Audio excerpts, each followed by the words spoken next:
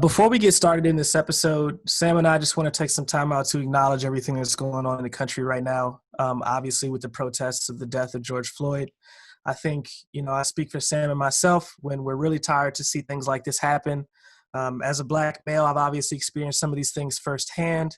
There are obviously conversations that I wish I never had to have.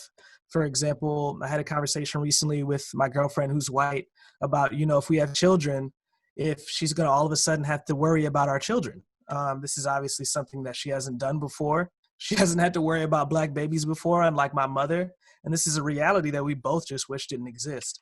I could name countless things that I have to do to correct myself every day to make sure that I am safe, to make sure that I am in a comfortable situation given my skin tone. It's not something that I can take off at the end of the day or take off when I'm in a reality that a lot of people are tired of. So obviously having those conversations with my girlfriend is one thing, but riding going on a run like Ahmaud Arbery, the very normal things that people should be able to do. So when people get really upset and they end up rioting, they end up protesting, there's a reason. And we obviously don't condone any forms of violence or disruption, but there's a reason. And we should pay attention to that as well. So just want to say we are with the protesters. We support the protests. Black Lives Matter, obviously. And I hope that every day we can work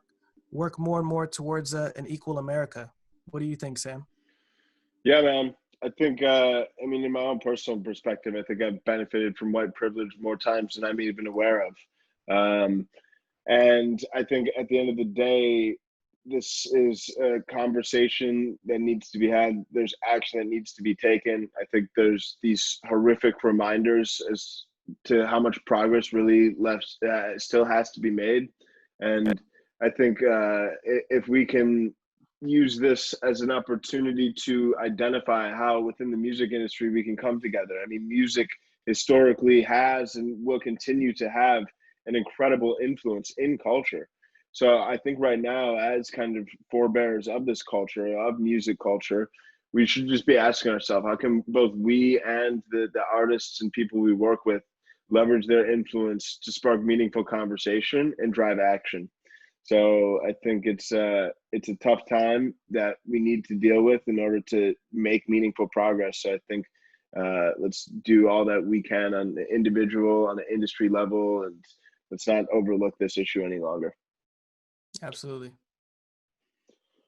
Well, back to we're all in this together. But without any further ado, let's jump into this week's episode. Yo, what's up, Sam? Yep. How you doing, man? Yeah. That's pretty cool, man. For the people who can't see our Zoom chat right now, Sam's got a forest background on his Zoom. He's thinking exotic. I got a Hawaii background on mine, man. We're chilling out here, bro. We're in a different place, So, what we got on today? Excited to have these guests on, man. It's the first time we've ever had creative directors on, and I'm really intrigued by just the whole creative direction field because they're creatives that work with creatives, and they work with them very intimately. It's a little bit different than like getting a featured artist to come on one of your tracks. It's a little bit different than having a producer come on one of your tracks. They're more like executive producers of the entire creative process, or how they said it, creative managers of the entire creative process. They come in and when artists or brands feel like they've hit their ceiling creatively, they come in and 10x everything, and just that process when it comes to bringing new ideas to the table, figuring out what new technologies they're going to use. I think that entire process is really interesting. So today I just dig super deep into their process, and Sam and I talk to them a lot about how they work with artists as creatives, because artists are obviously very sensitive about their work, and rightfully so. It's how they express themselves. We talk about what their process is like internally to vet new ideas. During the episode, they say they just throw out shit. It always starts with a shitty idea or something like that. And I thought that was super dope because it means that they're obviously very vulnerable creatively to each other and just throw out ideas and see what sticks. They talk about bringing it to the artist, bringing it to the brand, how important presentation is for that. And I think a lot of people and a lot of artists right now, they don't necessarily think about creative directors and how valuable they can be for their team. So for managers, for artists, I think this will not only help you think about if you should bring a creative director onto your team, but it'll also help you think about how you should just bring creative ideas to the table and how you should brainstorm. So, I thought it was super dope. What do you think, Sam?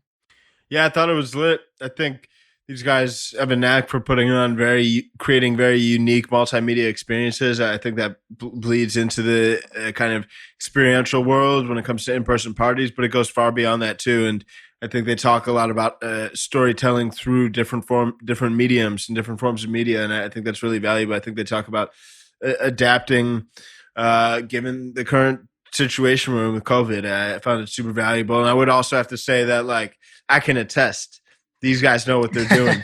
I went to an event they had put on. It was Dawg Entertainment, like the after party for their arena show at Madison Square Garden, as well as the J-Rock, I think, Redemption, like, album launch party. It was buck wild, bro. They and not only was like the party itself like lit, but it's a testament to their creativity. They rented out, they threw it in this massive ballroom in Brooklyn, where they created a basketball rave. So they literally brought in like basketball court into this ballroom and had these like crazy like red lights and beautiful mix of like people and music and vibes and DJs and the ambiance, the talent that they booked. It's not only from the consumer experience, it was super cool. And then, I mean, the fact this was like a branded party for Dawg Entertainment and an album launch party. It's like finding those creative, unique ways to create memorable atmospheres and experiences is so valuable. And these guys know how to do it and do it well. So very excited. So without any further ado, let's just get right into it. Let's do it. Adrian and John, man, thanks for coming out. Yeah, of course, man. Super excited to be on here.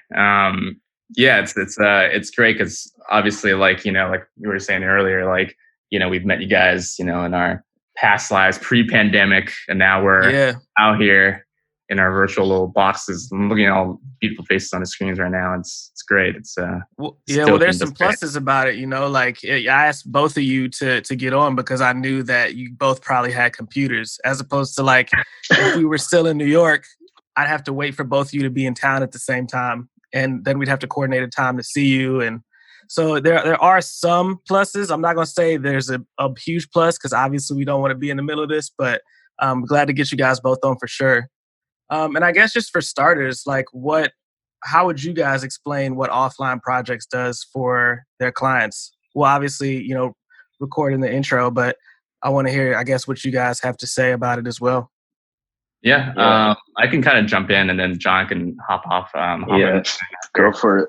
But yeah, it's funny, Offline, I guess we've been around for almost about like 4 years now. It started off as a bit of an experiment. It's always been kind of like a pet project, and that's kind of the ethos that we've always kind of, had throughout this whole process, where it's kind of like a very nebulous, we're kind of a nebulous creative studio. We tackle so many different kind of like facets of just kind of like music, culture, fashion, whatever it really is, we kind of started off just doing events, it kind of came about, we're a team of 4, but, when we first started off, it was just me and my other partner, Tim, who's not on this, but, the idea was to kind of bring in new media arts with just kind of, underground music in really kind of like, unexpected places throughout New York, so and it's kind of how we kind of jumped off. We started doing these, events from everyone from like, Jacques Green and Hudson Mohawk and like the Russian bathhouse, in New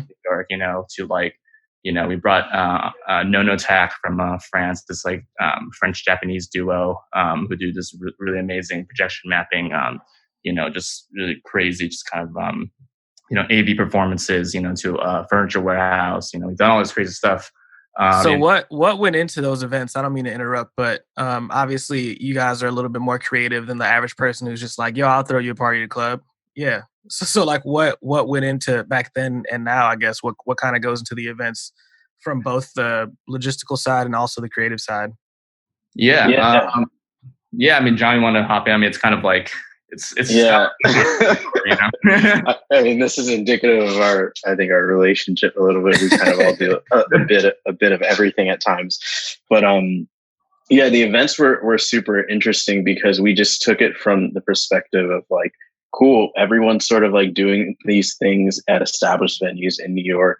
It was at a pretty cool time where you had like Baby's All Right, Elvis Guest House, elsewhere, all these places that were like started, the people behind them were sort of, they came from underground sensibilities and were kind of doing warehouse parties and illegal parties, quote unquote.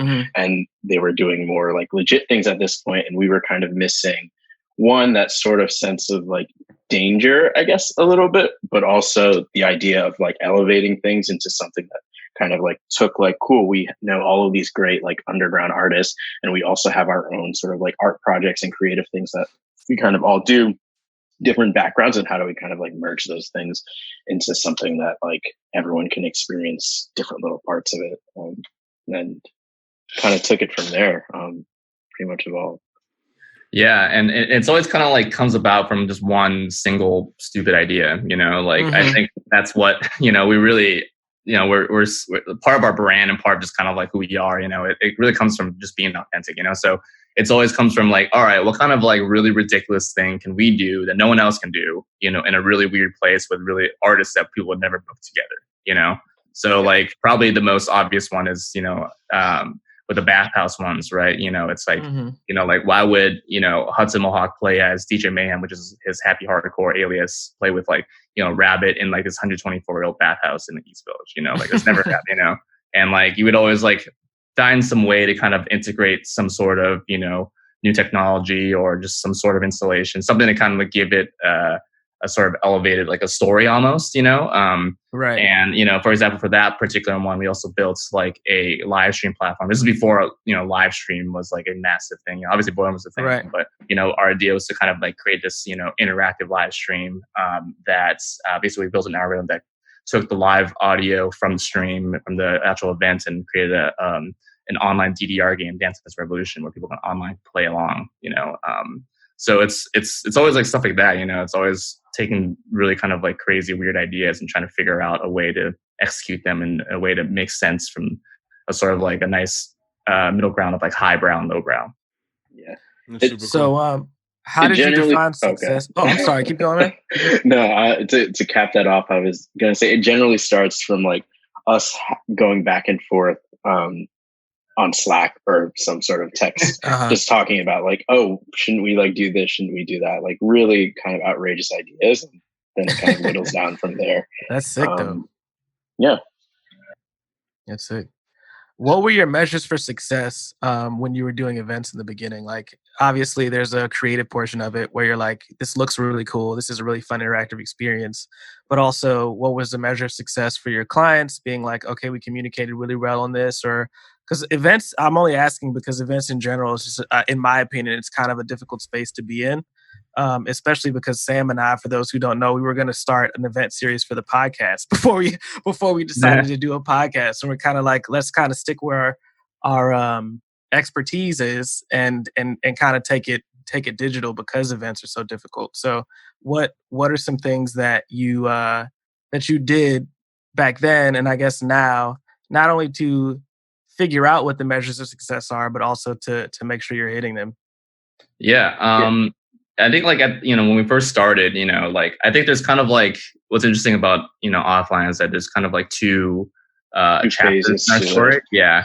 When we first started, you know, it was all about events and, you know, these kind of like auxiliary pieces like, you know, interactive or design or, you know, everything kind of like stemmed from what this event, you know, the story, the narrative is, right? Something physical, you know. And at the time, you know, like prior to us, you know, pushing it forward as more of like creative studio has always been kind of some sort of like nebulous kind of, you know, new media type promoter type of thing. You know, we never really kind of like thought about, you know, profits. We didn't have clients, you know, it's always about just creating something for the culture type of thing, you know? So we would, you know, just like have really modestly priced tickets, you know. A lot of people just kind of worked on it for free. We never really made any money. It's kind of broke even, you know, but that wasn't really the, you know, for us to measure success. It's more about kind of like doing something different that New York to us, you know, didn't feel like it had at the time, you know. Right. But John, what do you think? No, I think that like sums it up. Maybe except broke even is probably generous. I think we lost a lot of money on a lot of these. Tim would probably be a better arbiter for knowing that. But yeah, I think that kind of sums it up. We're kind of in two phases. We started doing our own sort of thing, and then it sort of led into just other people wanting some sort of like piece of that, or our opinions on things and our viewpoints. Right. Yeah, to piggy off of what John's saying. So, so basically, you know, we did kind of like parties and stuff like that for about 2 years, and that was our main shtick, you know. And then at a certain point, you know, brands, labels, artists, you know, started to take notice of us, and you know, started to kind of like hit us up for, you know, events. And then from the events came, you know, just additional stuff, you know, creative direction, digital, you know, design, branding, you know, live, you know. So it's kind of like, you know, in the second phase, we kind of started branching out, and it's never really kind of like, you know, far from, I wouldn't say it's necessarily like a evolution or a next step into kind of how we were. It's always kind of like how we've always been, you know, like, right. I think what's great about like our, you know, our little misfits outfit is that like, you know, we all come from just really, you know, interesting and, you know, just really unique backgrounds, you know, like everything that we kind of, you know, our services now are all kind of stuff that we've always already been doing, you know, like, you know, creative direction, you know, marketing strategy, all this kind of stuff, you know. It's always been stuff that we've always been doing outside of it. And, you know, at a certain point, we decided just kind of put all our talents together into, you know, Offline as a creative studio that's offered all of these things under one roof. Right. I don't think we've ever said necessarily no. We've said no to clients. I don't think we've ever said no because we couldn't necessarily do something. It's more, we kind of look at this as like, when people find us or decide that they want to like approach us with a project or, you know, an issue that they want to solve, our goal is always to just find a solution for that within our like skill sets and our network of creatives and whatever else. So I think the only time that we've ever really looked at something and said like, oh, this isn't for us, has been more from creative differences rather than like we don't know how exactly we would like execute something like this. Mm-hmm. Right. That makes a lot of sense. So when it comes to, I know you guys focus on kind of 360-degree campaigns, and I mean, multimedia, obviously a big component historically has been this kind of like IRL environment that is tough to execute upon right now. How have you guys really adapted and continued to channel your incredible creativity towards creating unique experiences online for consumers and clients? Yeah. I mean, it's interesting, you know, because like, I feel that like, you know, since we always started and it's always been, you know, like media content, any sort of creative is always, you know, this sort of like multifaceted, multidisciplinary experience. You know, you can never tell a story with just one medium, you know? And so, you know, like us, you know, doing less, I guess, I mean, for the past like, you know, few months, you know, doing less or no, you know, physical experiences, basically, you know, like everything we've been doing up to this point, you know, has been taking, you know, physical experiences and expanding beyond just the physical world, you know, like, I guess a good example also, you know, is when we did this installation in Hong Kong, Dream Rave for Art Basel, you know, like that whole experience was like this, you know, massive, this like physical installation that we did at Ethan Workshop. And then, but then the whole thing about the installation is that it's all around collective dreaming. And so the installation itself, you know, was like about like 300 something square foot, hall of mirrors with this massive LED screen at the end. And the whole thing was generative. So then we also built a web platform, right, where people around the world could interact with the screen itself. So all the visuals were all determined by what people typed into a terminal online. So, you know, it's always kind of this blend of different mediums, the physical and digital, you know, for us. So, you know, in terms of like what we're doing now, you know, we're exploring like just kind of like how we can take these, you know, basically take everything that was physical into the digital space, you know, creating everything that's, you know, interactive, you know, ways where we can kind of like subverts expectations of what, you know, a live stream experience is and even beyond, you know. I think that like we're always really interested in kind of like gamification, interactivity, this sort of kind of like highbrow kitsch sort of like, situations, I think it's it's a really interesting time, and a lot of these things that we're working on are going to be coming out, I guess, the next, few months, so it's cool. That's super sick. And what's interesting is that like Adrian's saying, we've kind of been playing with this stuff for years, and it's always been kind of like it's been in the back of our minds to kind of like get this out, a lot of these ideas out in a larger sense, but it's never really been something that people were necessarily interested in or wanted to sort of pay for or could pay to like fund it. But now we're in this weird time where it kind of works in our benefit in some ways, where like these ideas are valuable to people now. So we're able to kind of like jump off from things that we've been working on for years and kind of give people like cooler, unique experiences that kind of exist outside of just like, the cool Zoom quarantine party or, Zoom installation. Yeah, I was going to say, you guys, it seems like you're already lending yourselves to a lot of creativity just by being like, let's start with some weird shit. So you're kind of like already thinking of outside the box. And we had a couple guests on a few weeks ago, Hovain Hilton and Chris Hirsch from Cinematic Music Group. And they were kind of like, for the people that are already thinking outside the box, they're the ones that are going to be ahead of the game at this point because they already have the ideas. And now they have a space where it's actually okay to experiment. And I feel like that's exactly what you just said. You were like, all right, well, now that we're in this weird space, we can do more weird shit and see what sticks, and like experiment and be creative, Yeah, it's funny. We were having a conversation the other day, like with our other partner Tim, and we were just talking about like sort of what should we be doing, like how can we like use some of the ideas that we've had like in the music space, like what's the best way of doing this? And I was sort of sitting there like scratching my head, like I'm not sure what exactly people are doing as a next step forward. And sort of literally the next day, I got a text from a previous coworker saying that, hey, we have this idea. Can we sort of like chat through it with you? And it was kind of exactly what we were discussing the previous day. Like, how do we take the next step forward in that? So like people are thinking in super interesting ways and trying to get these things off the ground. And I think something unique and cool will come out of this, whether it's, something that we're doing or something insane that, another person kind of finally has the ability to execute. Mm-hmm. What do you feel have been some of the most, like if we look at how things have played out from like a music marketing perspective during the pandemic hits, everybody starts live streaming. Everybody gets sick of live streaming.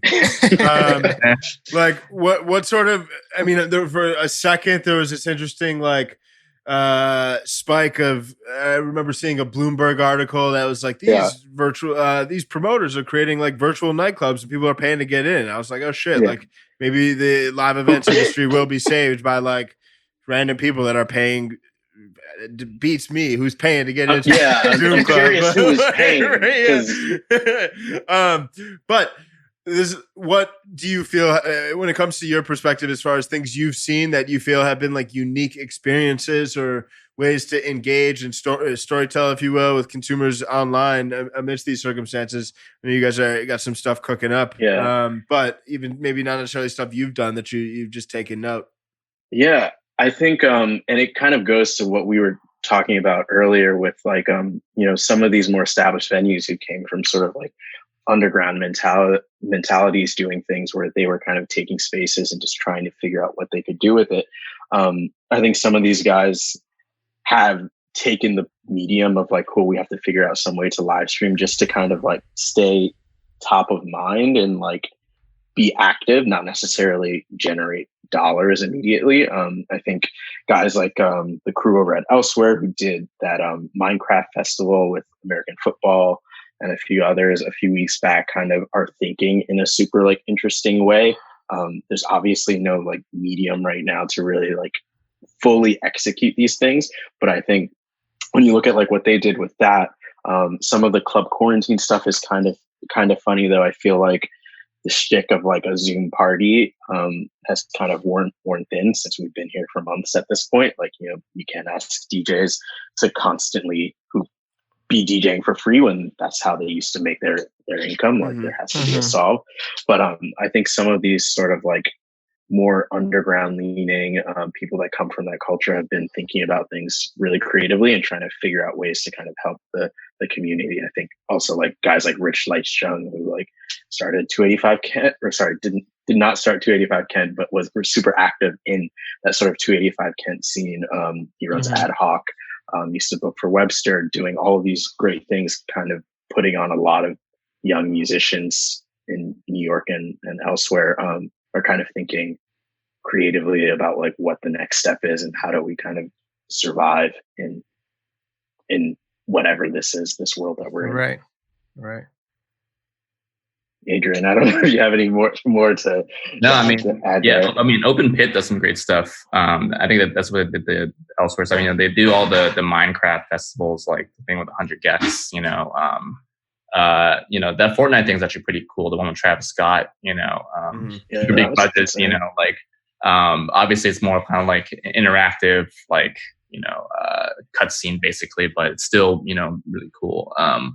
The Porter Robinson Festival was really sick, and that just kind of like it took a lot of like, I think like it's kind of brought a lot of great talents on, and each of them had their own sort of unique voice and kind of like create really great visuals around everything else around that. I've seen some cool stuff from like I can't remember if it was like CalArts or SkyArc, where they used the Twitch platform to, and they used basically the chat function to kind of pull this kind of like, Ian Chang type of like, game engine to kind of like generates just like content and generate kind of like actions for characters based on what people are typing in, That's cool.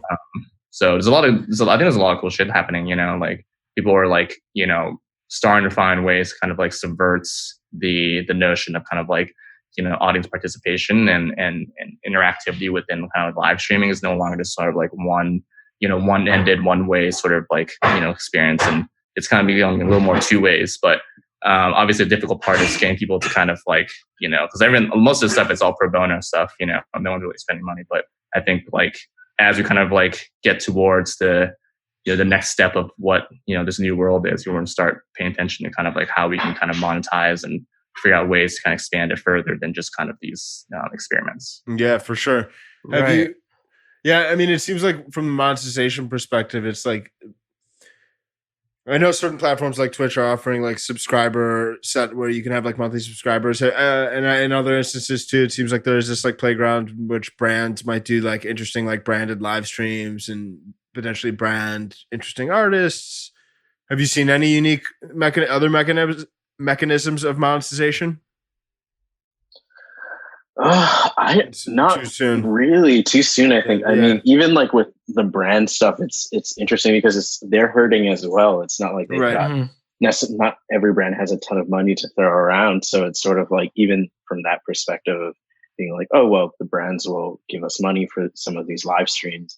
Like, it's I don't think the sort of system is there yet. So it's been interesting, but from our side, it's still great for us because we get to kind of like toss around these ideas and have these conversations with people trying to figure it out.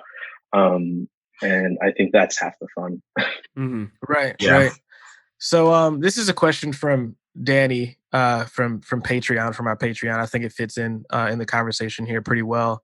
He wants to know, what does your R&D process look like for integrating new technology or experimenting with new ideas? So you said before, you guys obviously throw a lot of like ideas out, but in terms of finding what those ideas are or being inspired to push those ideas, what's your kind of process to being like, nah, this is bullshit, or like, nah, maybe this isn't a good idea, or maybe this technology that we thought would be really cool is actually it doesn't really have legs or anything like that, or something like that? Yeah, I mean, it's kind of like a conversation, I think like what's fun about us is that we're all really close friends. And so it's always like it's a very fluid sort of like thing, like one of us has idea, we kind of like, chat through, put on Slack, put a little deck together, and it's kind of like that. And obviously, we do all the, we basically do most of the stuff ourselves, and we bring in partners to kind of like make sure, technology works or whatever. But it really kind of stems from that initial conversation of, if it even feels like it's even doable. I think like part of that comes from just kind of like like I was saying before, like our just kind of like very wide level of expertise from different, just different kind of worlds, like, Yeah. for example, for myself, I come from initially came from the film world and an advertising world, prior to, so we started offline where all of us actually were still working at, agencies and tech companies and, marketing agencies, so it's kind of like, after having done so much of that, learning how to deal with clients and learning just kind of just different ways of we're working with technology and media and culture, we just kind of got a sense of what works and what doesn't, I think that's kind of part of just what makes us a little special is because we know how to do everything. So between the four of us, we know how to do everything. Right. What are some of your favorite projects where you feel like you had the opportunity to bring some of your favorite ideas to life? I know obviously whenever dealing with different brands or partners, there's oftentimes they may water down various ideas, and you had mentioned too, Jonathon, too, and oftentimes too, if there really is a time when you're not going to work with somebody, it's because they may be watering it down too much, or there's just a disagreement when it comes to creative visions. In those rare instances where you are able to do what you want to do and bring those things to life, what are the I mean, even just across the board, what have been some of your favorite experiences and favorite ideas that you've been able to bring to life? Right. I think the one qualifier there is that I feel like everything we worked on has always been a process, whether it's a client or an artist. There's always some back and forth. Right. I don't think we've ever gone into something where it was we had this idea and we just did that. There was no sort of they were this is great. Go and there's for it. merit to that though too, because I feel like whenever you're an agency too, it's because even I run a marketing and content agency, and you're not the brand. I mean, they have their own preconceived notions around how they want to be portrayed. I mean, sometimes there's merit and they are trying to uphold something good. Other times it may seem counterproductive, but at the end of the day, it's their decision. But I do think it makes sense in the grand scheme. But yeah, go ahead. Our probably favorite experiences and most recent experiences, just from the amount of kind of work that went into it and the scale, is probably this Adidas Originals Alcindor Wang project that we were working on through most of the last quarter of 2019. Where it was Adrian may need to take over here. It's just kind of a very long and arduous process, and there was a lot of players in the mix, and there was a lot of learning on our side, on their side, just kind of how everyone worked together. But the final, and then obviously as you can imagine, working with someone like Alcindor Wang, there's very particular points of view, and things change at the last minute, which of course they did for this particular one. But the end product was really something I think that everyone was happy with, and that was just a great time kind of for all of the fans and people that experienced it, and something that will hopefully kind of people will look back on and be that was interesting, and there are little nuances that may not have been noticeable at first, but when you dive into the project itself and some of the background, you discover those things. And Adrian, I'm sure you've got some to add there, and probably there are a ton of other projects and I feel like we probably have those feelings about. Yeah, I mean to kind of echo you, I think the Alcindor Wang project was definitely one of our highlights. I think that I feel we grew a lot from that project. It definitely was something no one I can probably say for 99% certainty no one's ever done something like this, because it's just so niche and so specific. If you guys didn't know what it was, basically we did the season 6 show for Alcindor Wang and Adidas for the last collab ever that they were going to do together. And the idea that Alex had was the last hack. So basically, the story was that he went to I believe it was DEF CON or one of these big security.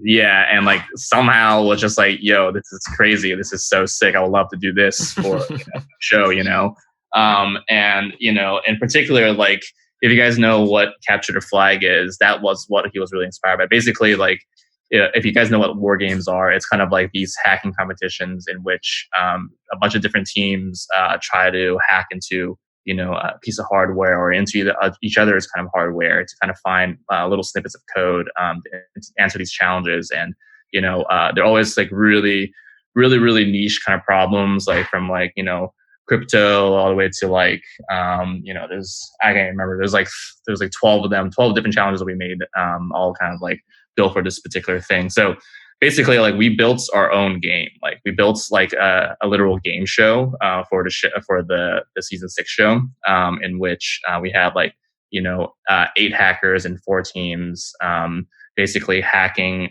and solving these challenges. And the thing was that, like, you know, every team that like hits 1,000 points, they opened a door, and this door allows fans, people at the party, at the event, to go into a room, and they have 15 seconds each to grab whatever they want, basically whatever piece of dead stuff. So like fools can like run out of there with like up to $600 worth of merch, like, and it was kind of like, it's kind of like Alex's whole, it's almost like a big like FU to like the whole thing, because it's kind of funny. It's like his last collab ever, he wanted to kind of go out the bang, you know, something, you know, he loves this kind of like, I don't know if you guys seen like his old campaign where he had like this like old store where basically everything was free, and like the whole like campaign video was like people rushing in and grabbing everything, and it was like, you know, there's a riot happening, yada yada yada, you know, like that's his whole thing. So of that same nature, it's like, how do we gamify that, you know? And obviously, right, you know, like, you know, who's gonna gamify it? The boys, obviously, you know, like, so so yeah, we built like, it was like this crazy system. It, you know, it took us like about like, I guess like 3 months. You know, we did it at Brooklyn Museum. We had like, you know, like I think like 3 hours worth of original music by Danielle Harl. The whole thing with like what we tried to do was create this sort of like, you know, Disneyland type experience where like each part of the experience had a bit of a story. So like you go through the back of the museum into this freight elevator, and in the elevator there's like onboarding music, you know, and then you go out and there's like these like character actors who are like telling you to get into the arena and all this kind of stuff. So so yeah, it's kind of like, you know, we had like just everything was generative, all the visuals were generative, all the live code was generative, all the we built a bunch of like ASCII visuals of all the products and stuff like that. It's like me, I'm like, I think like 8 projectors, 2 LED walls. Yeah, it was just like a lot of stuff that going on. We're nerding out.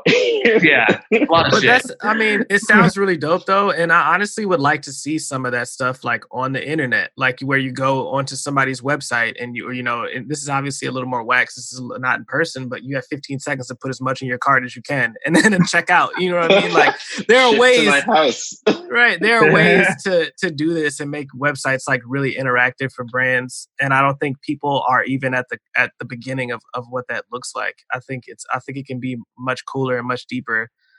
Even than, you know, obviously love what Travis Scott did with Fortnite, but make it a little bit more unique to just your platform. Whether that's like, how do we make our Instagram stories more interactive, or how do we make our website like way more interactive, where when you go in it, you feel like you're, you know, making an entirely new experience. You're in an entirely new experience, but you still feel like very connected with this artist or with this brand. I think it'd be super cool to see stuff like that. And instead of, you know, going to so-and-so's page and it's a static page with a couple of animations, like really going into it and experiencing something for however long, you know, I think I would love to see the music industry in particular adapt to things like that. The only other artist I could think of that did something like that was Childish Gambino, but it was in person.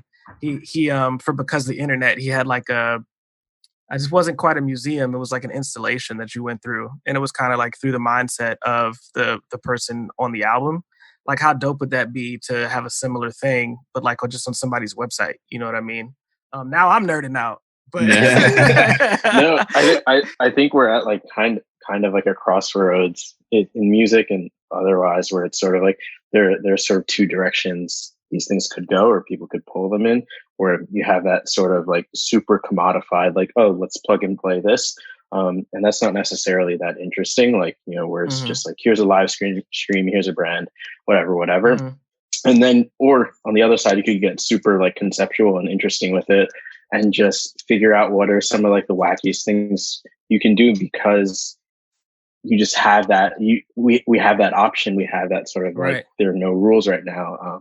I think another interesting thing that isn't necessarily something we did, but that kind of Adrian and I were talking about last week was what like the 1975 and like Samuel Burgess Johnson and those guys did with like a little interactive website for them to kind of like use as a vehicle to like get out all of the sort of like creative output that went into that album campaign. Yeah. You know, like the renderings, the live tour progress, the different like sort of like artwork comps and like just like outtakes and just awesome. kind of like nerdy design stuff and creative stuff that a lot of people don't ever get any insight to. And I know the minute I saw something like that, it was like, whoa, this is great. Like I'm super interested in everything that kind of like went into this and the actual like work process.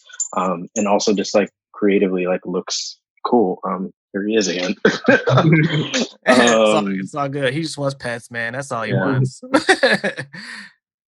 But yeah, I think we're probably veering off the question of like what are some of the interesting things we've done. I think the Wang stuff was super interesting.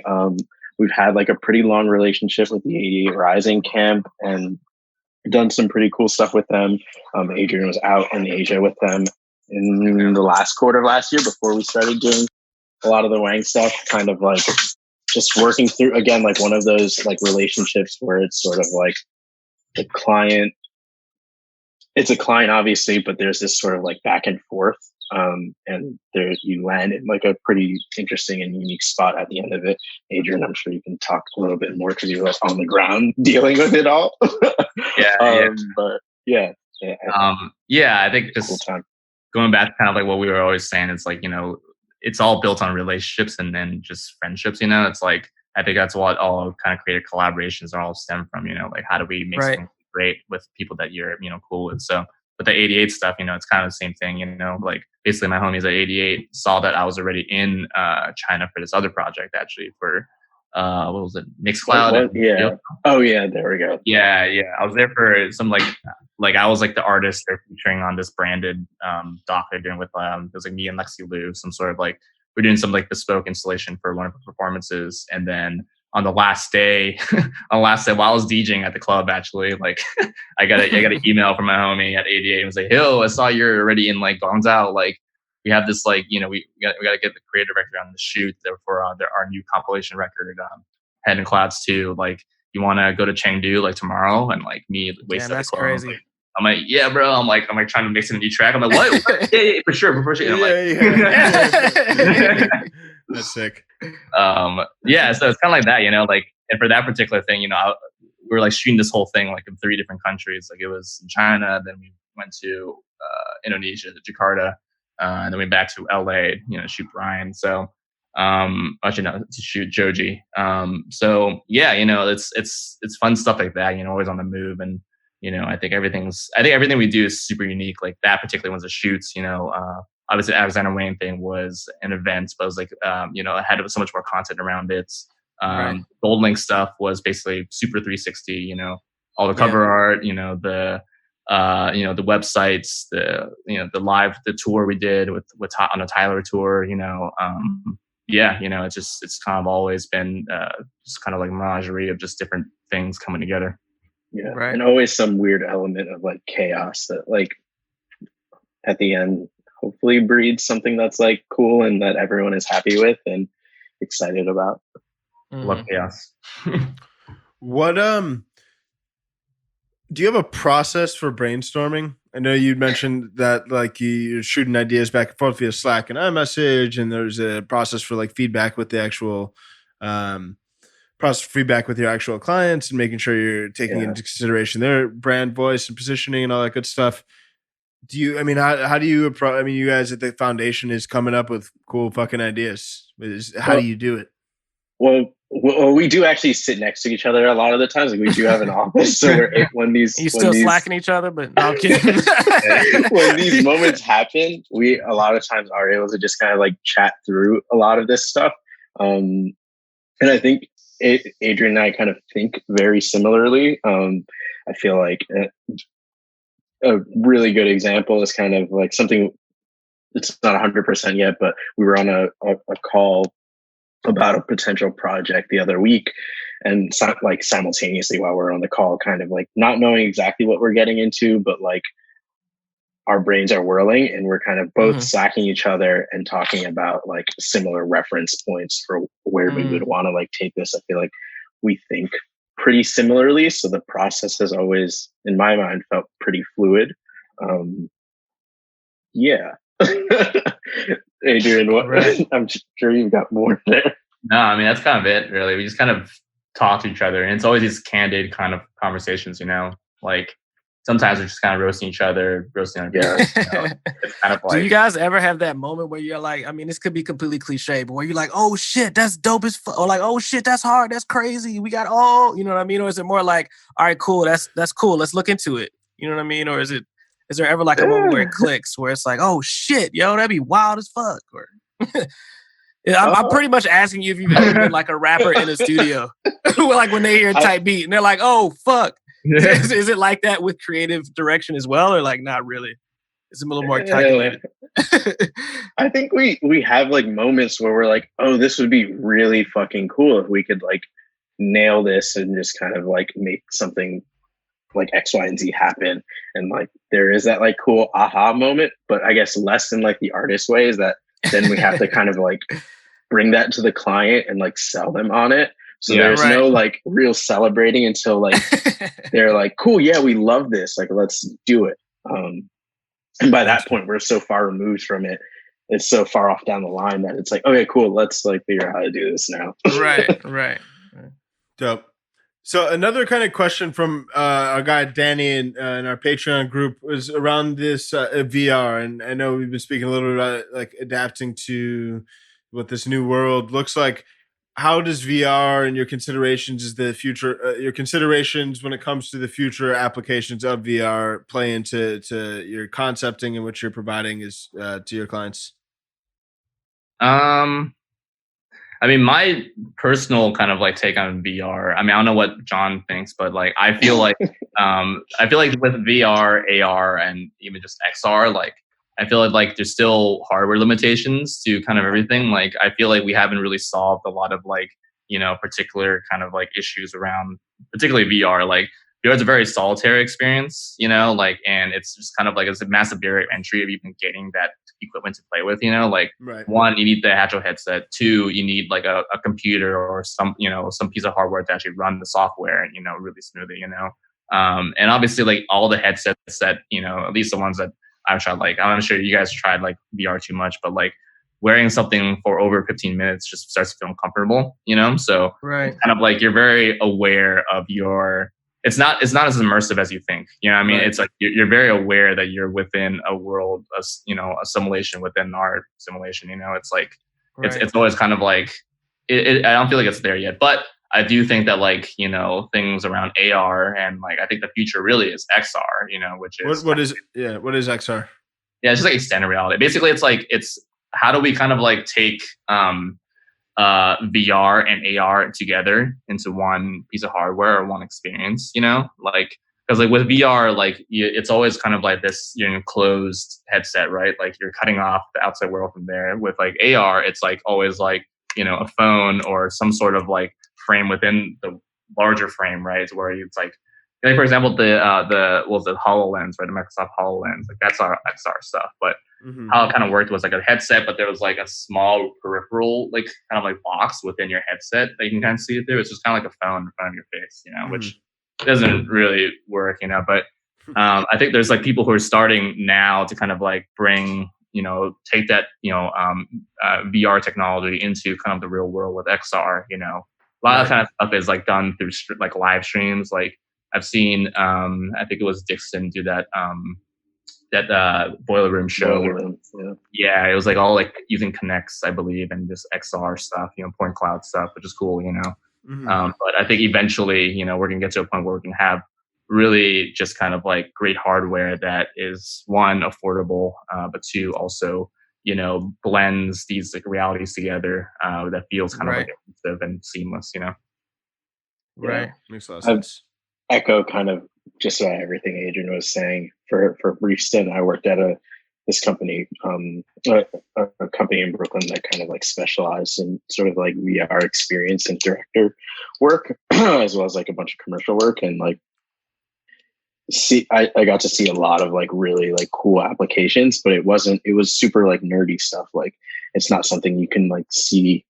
I could see like my mom or just kind of like everyday people using super easily, even with like the Facebook Oculus stuff when they kind of like relaunched that a couple of years ago. Like it just it doesn't feel ready as much as we probably all would like it to be. But I think eventually we'll see like some really cool stuff, and I'm sure we'll have some ideas. Right. So I wrote this question down before this person sent it on Patreon, but I'm gonna shout him out anyway because he came with the fire questions. Danny came with the fire questions. So here's one that me and him both wanted to ask you, which is, when do you think it makes sense for an artist to bring on an outsource a creative team? One. And the second one is, you guys are obviously creatives, but you're also working with creatives. So how do you, after you answer the first question, how do you kind of walk the line of being creative with creatives when they're so sensitive and generally about their vision and their work, while still, being able to provide productive, creative ideas? So I'll just repeat the first couple questions again, or the questions in general. The first is, how do you know when it makes sense for an artist to have a creative outsource a creative direction team? And the second one is, how do you, I guess, work with other creatives, the artists themselves, without like stepping on their toes creatively? John knows the answer now. I think the first question, I think it makes sense once the artist feels like they've kind of like they've hit this sort of like ceiling with what they can execute with themselves or internally with like whatever the labels team is or their friends or anything like that. I think those like those first moments of an artist like finding out who they are and like experimenting and developing like a creative crew, it can go into a couple directions. I think it goes into two places pretty often. Like you kind of like find a crew that you really like, you're kind of like building out sort of like what you are as an artist in tandem with like the music side of things. And that's all well and good. And then you get to like this crossroads or this point where it's sort of like you need more. And either those people that have been with you from jump sort of like level up with you. I think, again, to go to like the 1975 SVJ references, something like that, I feel like happened there, where they've been working together for years and making incredible work. Or you kind of get to a scenario where it's like, okay, maybe those people aren't interested in doing this, or it's just not, the skill set isn't there. And that's kind of like one of those moments where it's like, okay, who do I bring in? Like what team, what people can I bring in to kind of help me like elevate this? And I think that's a good place of starting it. But I also think it's really important, and there isn't always this luxury, but taking the time to like get to know that person or those people that you're working with on that creative, and like really like going to ground with an idea and figuring out sort of what that idea is from like every aspect and how you take it across a whole bunch of mediums. So that's kind of like the first piece, I think, to that. And then the second piece, what was the second question? How do you, because I was saying you guys are creatives, but you're also, a lot of the times with artists, you're working with creatives. So how are you both creative while you providing value and not stepping on each other's toes? Right. Yeah. When I was in management, like I picked and choose very wisely on when I decided to say anything creative to the artist, just because I know how, sensitive they can be about their work, and it makes sense, Yeah. I think that's where, especially with like Adrian and my relationship, like we both come from like different backgrounds that kind of like led into similar places. So it helps to know, like, before I was doing on the more creative side of things, I was working at a management company, working with hyper creative artists. And then working at sort of like a management services and marketing company. So it was sort of like I got understand sort of what goes on in artists' minds a little bit more than maybe like if I was strictly coming from like a creative world. So it helps to be able to kind of like expand on like what the scene will look like, basically what the trajectory will be if we say like one thing, and like, okay, put yourself in their shoes and like what that response is going to be. That way then internally, like Adrian and I can kind of like workshop how we're going to present something to an artist, versus like just like coming at it as a pure creative, a pure designer, pure, director. where it's just sort of like, okay, here's like an amazing idea, and then you're sort of like butting heads with the artist a little bit to kind of like convince them. And I think there will always be like some butting heads. I think that's healthy and great. Right.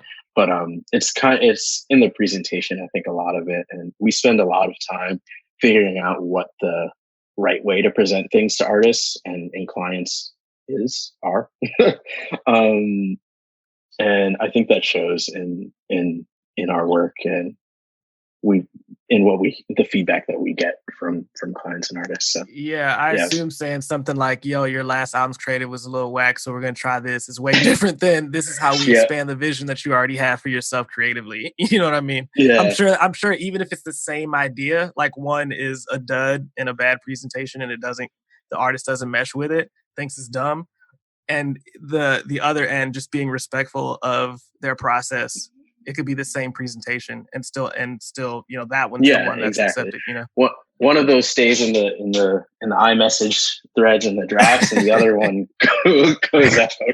Oh, you dangerous putting it in the iMessage drafts. I usually put it in my notes section. if I hit that send button by accident, you can't take that back.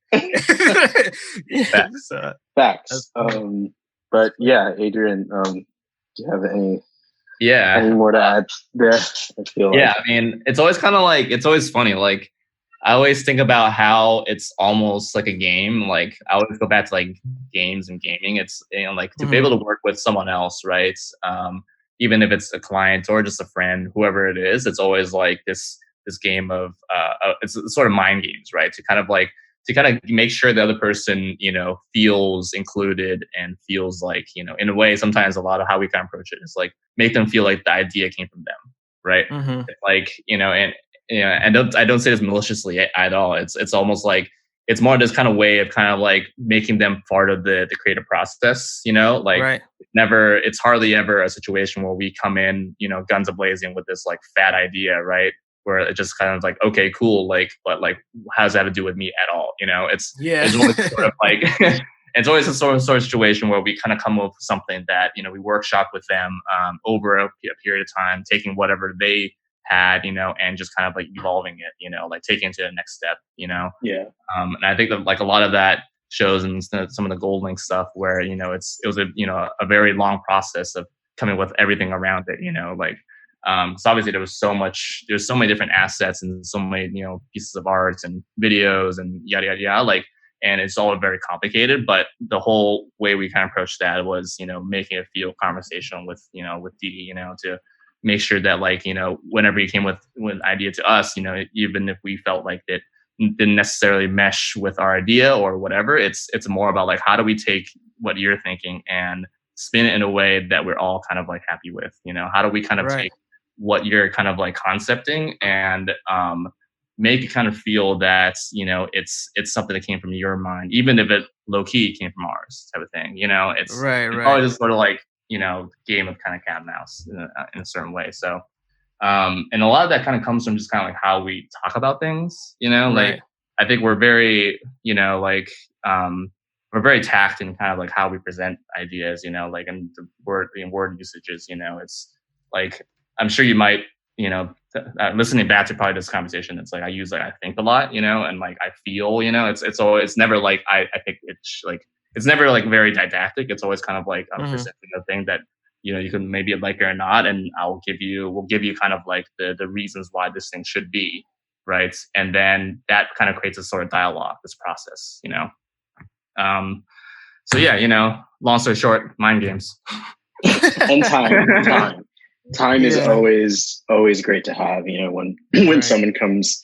to us and says like, hey, we have a record it's going to come out in 3 weeks and we want to have like creative direction. It's sort of like if there isn't time to kind of put together an idea and kind of get the building blocks of everything really strong, then when these like curveballs that Adrian is talking about here come into play, there's nothing to sort of like ground that within or bounce that off of. We get, everyone gets stuck in this sort of like, oh, what do we do process? How do we get out an asset? And it's kind of one of those things that I think, especially in the way that the music industry has gone in the last, 5 or 6 years, it's super like content asset based, everything. You just want this constant stream.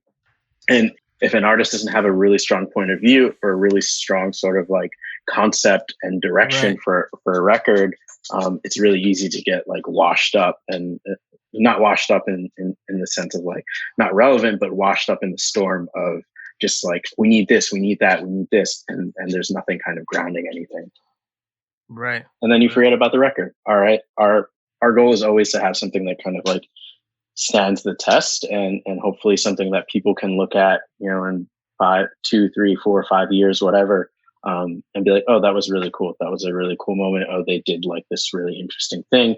Oh, this looks, you know, tight, basically. Right. And I did think Goldlink's project felt like an experience because of the good things that you guys put together and the branding and creative that went along with it. It all, in my opinion, it felt pretty cohesive. So, but yeah, cool.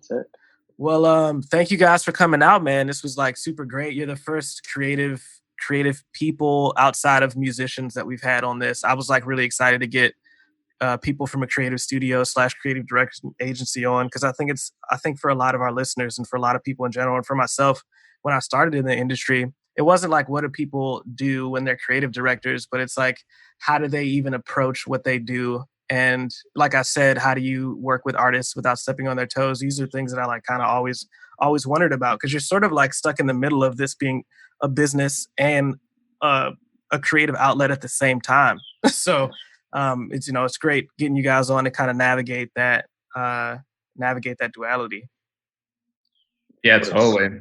Yeah, super excited to be on here, and you know, like, I really appreciate that having us on, and I think the sort of like conversations we had about just kind of like what you're interested in, kind of like how do we navigate these sort of like interesting kind of channels where there's so many creative minds involved. You know, I think a lot of what we do and a lot of what creative directors do in general, you know, beyond just like the fools who have the shit on IG on their bios, you know, it's like, I think it's like part of, you know, it's like part of the whole shtick, you know, it's like a lot of our jobs isn't really even the creative. It's a lot of it's just kind of like management, you know, like creative management, you know, it's how do we bring teams of people to come together and create a very unique, cohesive vision, you know, beyond just the artists, but also, you know, the managers, the clients. Yeah, I literally almost said that earlier because, John, you said when somebody comes to us with an idea, if we creatively mesh, we'll just try it no matter what it is. In my head, I literally thought that's like a manager.